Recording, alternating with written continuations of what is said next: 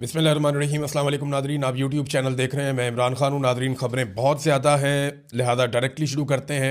America के targets बदले हैं, यानी जब उन्होंने ईरान के ऊपर अटैक किया तब वो कुछ और कह रहे थे, और इस वक्त जब ईरान रिटेलिएट कर रहा है तो वो कुछ और कह रहे हैं। गुज़िश्ता 48 घंटों में बहुत कुछ ऐसा हुआ है जिससे अमेरिका हिलकर रह गया है। अगर आप डोनाल्ड ट्रंप की बॉडी लैंग्वेज देखें या अमरीकी वज़ीर जंग की आप बॉडी लैंग्वेज देखें तो आपको बहुत फ़र्क नज़र आएगा। जिस दिन अमेरिका ने अटैक किया था ईरान के ऊपर इसराइल के साथ मिलकर, उस दिन डोनाल्ड ट्रंप शाम को एक पार्टी के अंदर डांस कर रहे थे। ये बड़ी महंगी पार्टी थी, दुनिया के बहुत अमीर लोग इसमें आए हुए थे। हत्ता कि इस पार्टी में शामिल होने के लिए $1 मिलियन तक भी लोगों ने खर्च किए। डोनाल्ड ट्रंप वहाँ पे रक्स कर रहे थे, बड़े खुश थे। लेकिन अब अगर आप गुज़िश्ता शब की उनकी फुटेज देखें तो उनकी बॉडी लैंग्वेज बहुत डाउन है, उनके कंधे जो हैं वो झुके हुए हैं और डोनाल्ड ट्रंप की हवाइयाँ उड़ी हुई हैं। ये 48-72 घंटों के अंदर डोनाल्ड ट्रंप के साथ हुआ है, और ये सब कुछ हुआ ईरान की रिटेलिएशन की वजह से।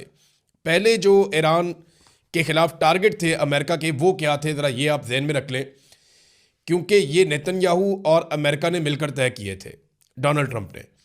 तो पहले जो टारगेट थे उनमें एक था रजीम तब्दील करना है ईरान के अंदर। ये सबसे बड़ा और मेन टारगेट था कि अपनी हुकूमत को ला के ईरान के अंदर इंस्टॉल करना है, जिसके लिए रज़ा पहलवी को तैयार किया गया। उसका इंटरनेशनल मीडिया में इमेज बनाया गया, उसके इंटरव्यूज़ करवाए गए, और इस तरीके से रज़ा पहलवी सामने भी आ जाता है, बहुत सारे स्टेटमेंट्स भी देता है। तो कोशिश ये थी कि ईरान के अंदर रजीम तब्दील कर दिया जाए, पहला टारगेट ये था। और दूसरा टारगेट था कि ईरान को मुकम्मल तौर पे निहत्ता कर दिया जाए, तमाम हथियार उनके तलफ कर दिए जाएं। ये था दूसरा टारगेट। लेकिन अब ये टारगेट बदल गए हैं, और ये आपको पता चलता है एक तो अमेरिकी नायब सदर JD वेंस उनके स्टेटमेंट से, और दूसरा जो अमेरिका के अंदर अब बयानात आ रहे हैं लगातार, उनसे आपको पता चलता है कि अमेरिका महदूद जंग लड़ना चाहता है। यानी ये उनके नायब सदर भी कह रहे हैं, और अमेरिका से सब लोग ये कह रहे हैं कि हम जंग तवील के अंदर जाना नहीं चाहते, और ज़मीन पे तो बिल्कुल ही नहीं उतरना चाहते। और अब वो ये कहते हैं जनाब हम ईरानी बहरिया के खिलाफ कार्रवाई करना चाहते हैं, उसको तबाह करना चाहते हैं, और एटमी हथियारों से ईरान को रोकना चाहते हैं। बस, तो एटमी हथियार तो ईरान बना ही नहीं रहा था। ये CIA के साबिक एजेंट्स भी कह रहे हैं, पूरी दुनिया में ये बताया जा रहा है कि अगर ईरान के अंदर कोई वाहिद फतवा ऐसा मौजूद था, एक मजबूत आवाज़ थी जो ईरान को ये कहती थी कि एटम बम नहीं बनाना, वो शहीद होने वाले खामनाई थे। अब खामनाई की शहादत के बाद वो आवाज़ अमेरिका ने खुद ही बंद कर दी, जो ईरान को एटम बम बनाने से रोक रही थी। ईरान के बाद देखें जो इंटरनेशनल रिपोर्ट्स हैं ना, उसके मुताबिक 60% तक अफसूदा यूरेनियम मौजूद है। यूरेनियम से आप एटम बम बनाते हैं ना, तो 60% तक तो उसने काम किया हुआ है उसकी अफसूदगी के ऊपर, और हफ्ता 10 दिन और लगेंगे। ये अमेरिकन का दावा है कि ईरान बाकी काम हफ्ता 10 दिन में कर सकता है अगर वो फैसिलिटेट हो जाए तो, या वो इसके ऊपर तुल जाए ये काम करने पे, तो इसको 90% तक पहुंचा सकता है। अब 460 किलो यूरेनियम ईरान के ऊपर एलिगेशन लगता है कि उसके पास है, और इससे वो 11 एटम बम बना सकता है। अब इससे कितनी बड़ी तबाही हो सकती है। तो वो ये कहते हैं जी एटमी हथियारों से ईरान को रोकना है। अब यहाँ पे आ गया मामला, पहले तो मामला कुछ और था, अब मामला कुछ और है। अमेरिका अपने टारगेट्स बदल रहा है। यानी चलो आप ये देख लेना कि अंगूर खट्टे हैं, ये मिसाल आपने सुनी होगी कि लोमड़ी छलांगे मारती है, जब वो नहीं काबू आते तो कहती है अंगूर खट्टे हैं। तो अमेरिका अपने असल टारगेट्स अचीव नहीं कर सका। अमेरिका के अंदर एक बहस चल रही है, और ये बार बार चल रही है, और सब ये कह रहे हैं कि इसराइल ने अमेरिका को इस लड़ाई के अंदर फंसाया है। नेतन्याहू ने अमेरिका के दौरे किए, डोनाल्ड ट्रंप के साथ उनके शानदार ताल्लुकात हैं, दोनों एक दूसरे की बहुत तारीफें करते हैं, और दोनों को कामयाबियां मिल भी रही थी। तो डोनाल्ड ट्रंप को दो चीज़ों का खदशा है। एक तो एप्स्टीन फाइल का बड़ा सीरियस इशू उठा हुआ है अमेरिका में।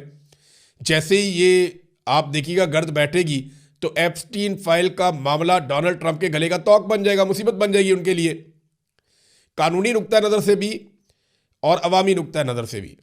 और दूसरा मामला है कि डोनाल्ड ट्रंप की मकबूलियत बहुत बुरी तरह इफेक्ट हुई है अमेरिका में, और मिड टर्म इलेक्शन के अंदर उनके जीतने के इम्कानात नहीं हैं। नेतन्याहू ने फिर स्टेटमेंट दे दिया कि खुशकिस्मत है कि हमारे पास ट्रंप जैसा लीडर है। यानी नेतन्याहू ने और शहबाज शरीफ ने गेम उठाई हुई है डोनाल्ड ट्रंप की, वो कोई कसर छोड़ ही नहीं रहे।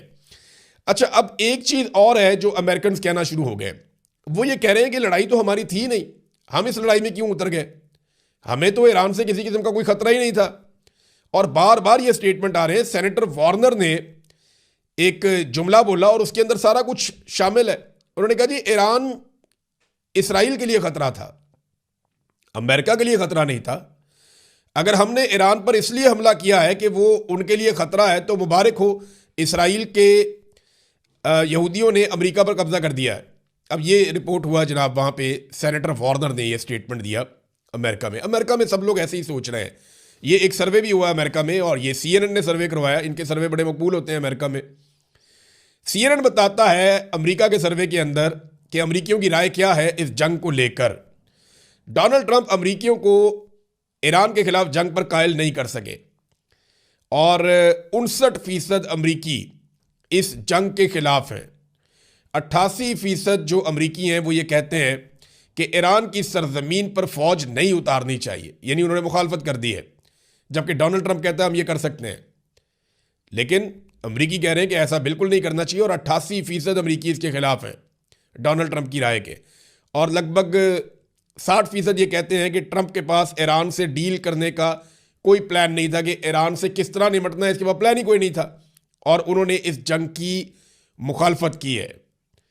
नाज़रीन, सऊदी अरब के अंदर जो अमरीकी एम्बेसी के ऊपर अटैक हुआ, मैंने आपको पिछले वीलॉग में बताया था, उसकी तस्दीक हो गई है। और अब कुछ इत्तलात आ रही हैं जो मुझे वहाँ पे मकामी सोर्सेज ने बताया। उन्होंने कहा जी कि वहाँ पे अमरीकी फ़ौजी और दीगर लोग भी मौजूद थे एम्बेसी के अंदर। ये अमेरिकन एम्बेसीज के अंदर इनका फ़ौज का हमला होता है, हिफाजत के लिए भी होता है, वहाँ पे मौजूद रहता है। तो क्योंकि सऊदी अरब से ये ऑपरेशंस कर रहे थे, तो अमेरिकन एम्बेसी जो रियाद में है, जहाँ पे और एम्बेसीज भी है इस इलाके में, वहाँ पे उनकी मौजूदगी कोई हैरत की बात नहीं है। लेकिन इसके ऊपर 2 अटैक किए गए हैं, और एक और हमला किया गया है जो नेतन्याहू के दफ्तर पे हुआ है।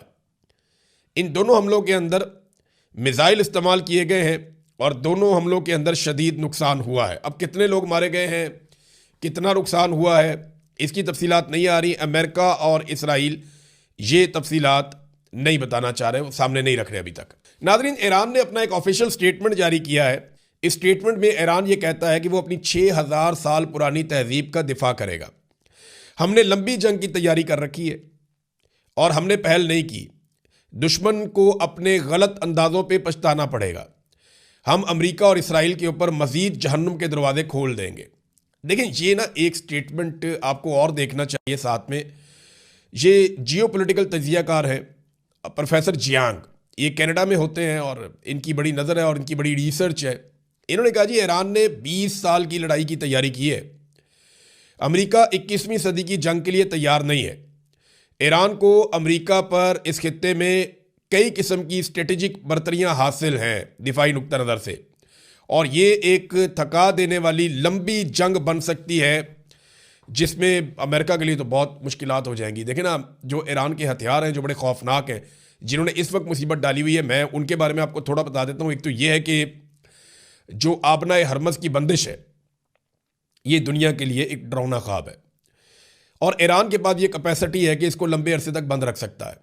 अब दुनिया भर की कंपनियां जो है वो खसारे में जाना शुरू हो जाती हैं, और आपको पता है दुनिया की सबसे अमीर कंपनियां ऑयल की, और सबसे बड़ा बिजनेस जो है, one of the biggest businesses in the world, ये ऑयल मार्केट है, और इससे दुनिया की बाकी सारी मार्केट कंट्रोल भी होती है। तो यहाँ पे जो ये बंदिश है, इसके नतीजे में खलीजी ममालिक का बहुत नुकसान हो रहा है, अमेरिका पे और यूरोप पे दबाव बढ़